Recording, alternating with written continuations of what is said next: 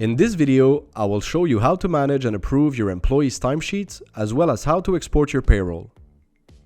First, go to the Attendance tab in the main menu to the left of your screen.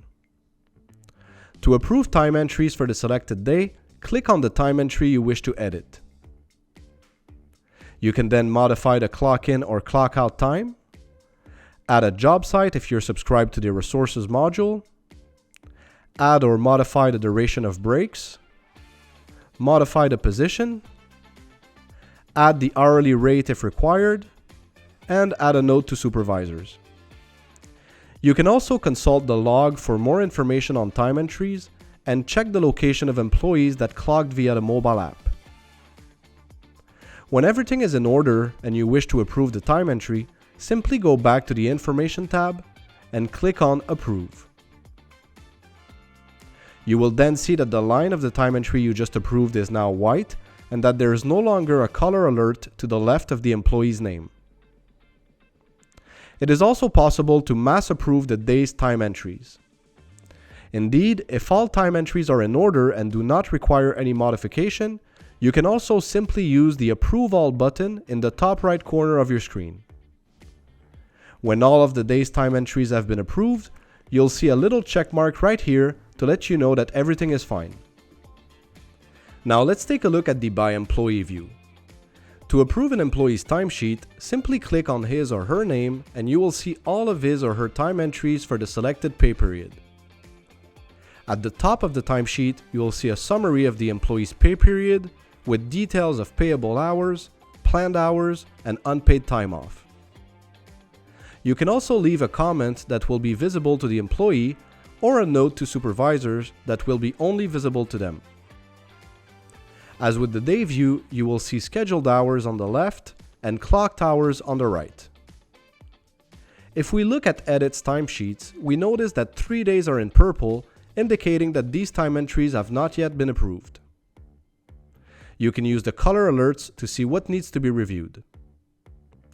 The time entry here is unapproved and different from what was planned in the schedule. In fact, the schedule indicated 1 p.m. to 11:30 p.m., whereas Edit clocked in from 12:48 p.m. to 11:30 p.m. Simply click on the time entry to make the necessary changes.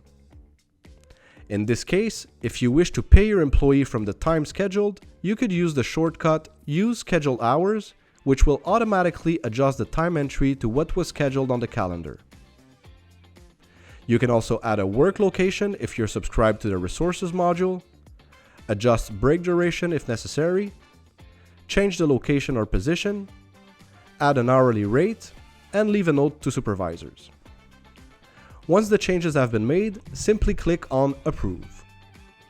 You will then notice that the line turned white, which means that the time entry has now been approved.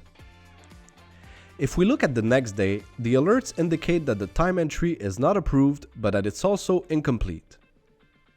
Once again, simply click on the time entry, add the clock out time like this, and validate the rest of the information. Once you've finished, click on Approve. You will also always have a summary of the alerts to be processed at the bottom of the page. We can see that for Edit, we now have one unapproved alert, one outside of radius, and one difference in time entry.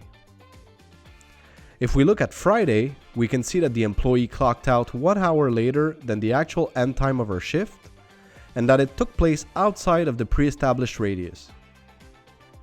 Click once again on the time entry to make the necessary changes. And here the message at the top of the window tells us that Edit has clocked out outside of the radius and shows us our justification. You will also see the actual time at which she left. Simply click on the shortcut Use Suggested Time, which will automatically adjust the clock out time. If required, you can also click on Locations to validate her check-in locations. Please note that this feature is only available to users of the Time and Attendance module who have activated clocking via the mobile application. For more details, please consult the video on how employees can clock their hours. You can now validate the rest of the information and click on Approve. Now that all the time entries have been approved, you will see the little check mark in the left corner indicating that all is well. Please also note that, as in the day view, you can approve all timesheet entries if no changes are required by pressing the Approve All button in the top right corner. Under the Approve All button, you will also have the options of automatically adjusting the hours to bank overtime. I invite you to consult the video on this subject for further details. You will also have the complete timesheet log and the option of printing the timesheet. Once you've finished, simply click on the Back button to return to the pay period. If all timesheets have been approved, you'll see the All is Well check mark again. This means you're ready to export your payroll. Before exporting your payroll, you can also adjust all employees' timesheets to bank overtime hours by clicking here.